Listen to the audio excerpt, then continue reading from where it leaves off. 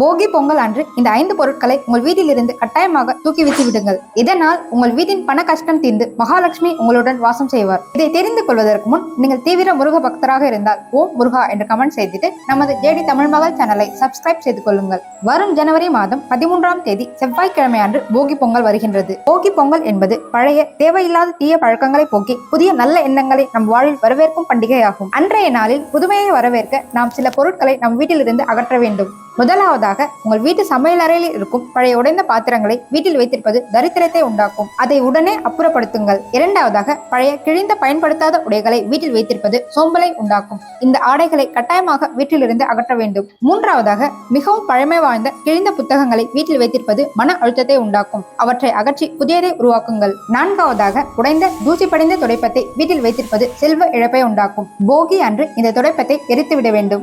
ஐந்தாவதாக பழைய பயன்படுத்தாத காலணிகள், தூசி படிந்த காலணிகள் வீட்டில் நுழையில் இருந்தால் முன்னேற்றத்தை தடை செய்யும். இவற்றை உடனே அகற்றிவிடுங்கள்.